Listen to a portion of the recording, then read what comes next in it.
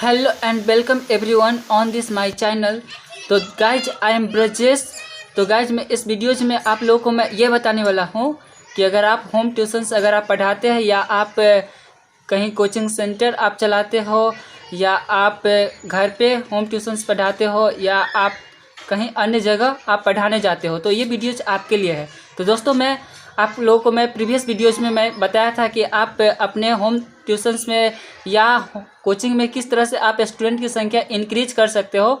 तो मैं देखो सबसे पहले बता दूं, अगर आपको विद्यार्थी की संख्या कब बढ़ेगा आपके ट्यूशन्स में या कोचिंग सेंटर में, देखो सबसे पहली बात डिपेंड ये करता है कि आपके अगर जो भी स्टूडेंट आपके कोचिंग संस्थान में जाते हैं पढ़ने के लिए या होम ट्यूशन्स में, सबसे पहले उस स्टूडेंट को देखिए। उसकी सबसे पहली बात यह है कि आप जिस जगह आप उसे स्टूडेंट को पढ़ाते हो तो सबसे पहले वो कंफर्टेबल होना चाहिए। वो स्टूडेंट मीन्स ये कहने का मतलब है कि उसको किसी भी तरह का कोई प्रॉब्लम नहीं होना चाहिए। ये बात को आपको विशेष रूप से ध्यान रखना चाहिए कि वो देखो आपके कोचिंग सेंटर में जाते हैं पढ़ने के लिए तो आपको उसकी पूरी तरह से आप उसकी क्या है कि कंफर्टेबल उसकी ध्यान में रखना आपका परम कर्तव्य है। तो देखो उस कोचिंग संस्थान में आप उसके लिए आप पानी की भी व्यवस्था कर सकते हो। और कहने का मतलब है ये देखो ना कि आपको उसको किसी भी तरह का आपको प्रॉब्लम नहीं होना चाहिए। आपके कोचिंग संस्थान में वो गया पढ़ने के लिए कोई विद्यार्थी, तो आपको ये ध्यान रखना कि उसको किसी तरह के आपको वो ये नहीं समझे कि मुझे इस चीज़ की मुझे अनकम्फर्टेबल महसूस हो रहा है। इस तरह से आप उसे नहीं महसूस होने दें। तो अगर उसको सब चीज़ अच्छा लगेगा तो वो बताएगा स्टूडेंट, किसी पेरेंट्स को भी अपने बताएगा कि हमारे उस कोचिंग में किसी तरह की असुविधा नहीं है, वो वहाँ पे बहुत ही अच्छा तरह से मुझे वहाँ पे किसी तरह की कोई परेशानी नहीं है। तो वो अपने पेरेंट्स को भी बताएंगे और पेरेंट्स को जब अच्छा लगेगा तो अगल बगल में भी अगर कोई पूछेंगे कि ये आपके बच्चा कहाँ पढ़ते हैं तो उस कोचिंग संस्थान का नाम वो मतलब कि पेरेंट्स उनको बताएंगे।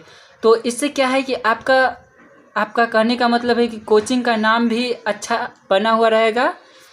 तो ये मैं बता दूं कि देखो आपका कहने का मतलब ये साफ सुथरा बात ये आ रहा है कि आपको किसी भी तरह का उस विद्यार्थी को प्रॉब्लम नहीं होना चाहिए और उसको सही से बैठने की व्यवस्था होना चाहिए और उसकी मतलब तो तब जाकर के वो स्टूडेंट अपने फ्रेंड्स को बताएंगे कि चलो देखो मेरे इस कोचिंग में देखो कितना अच्छा है कि यहाँ पे मुझे किसी भी तरह का कोई असुविधा नहीं हो रहा है।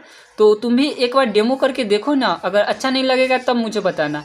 इस तरह से दोस्तों वो स्टूडेंट ही अपने फ्रेंड्स को अपने साथ ले जाएंगे डेमो की तरह से। या जैसे मान के चलो कि डेमो किया 2 दिन 4 दिन किया तो उसको अच्छा लगने लगेगा तो वो आपके कोचिंग में आपको वो आने लगेगा, ठीक ना।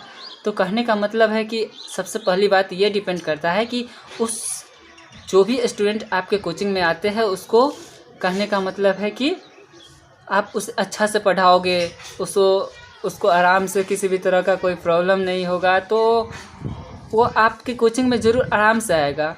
तो चलिए दोस्तों मैं इसी पे मैं वैसे तो विशेष बात नहीं है, आप लोग खुद ही ज्ञानी हो, समझ सकते हो किस तरह से आप आराम से मतलब कि पढ़ाना चाहिए। ताकि देखो अगर आप होम ट्यूशन्स अगर आप पढ़ाते हो तो देखो आपको ये भी बात का ध्यान रखना होगा कि स्टूडेंट आपके यहाँ पढ़ने के लिए आते हैं और आप किसी अन्य दूसरे काम करने लगोगे तो ये गलत बात है ना।